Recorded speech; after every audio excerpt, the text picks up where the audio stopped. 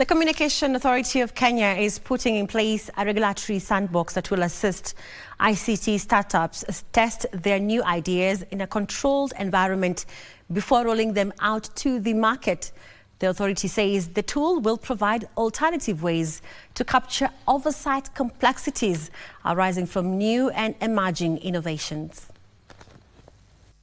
The ICT landscape has undergone transformative shifts marked by the rise and fall of monopolies and the emergence of new players.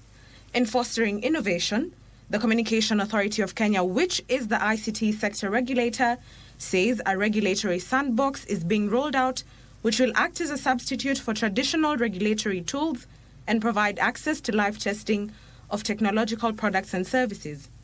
Engagement of stakeholders is necessary to ensure that regulatory obligations and expectations are met, to ensure ICT services are provided to the satisfaction of consumers and the wider public good. The Communication Authority of Kenya says it is working to facilitate the expansion of ICT infrastructure development to bridge the digital divide.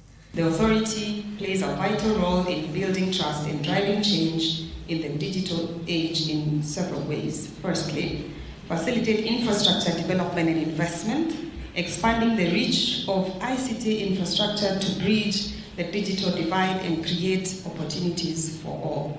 Additionally, the regulator says plans to create opportunities for additional players for digital terrestrial television services and the planned digital sound broadcasting is underway. Finally, we foster a safe cyberspace, enhancing trust in digital services.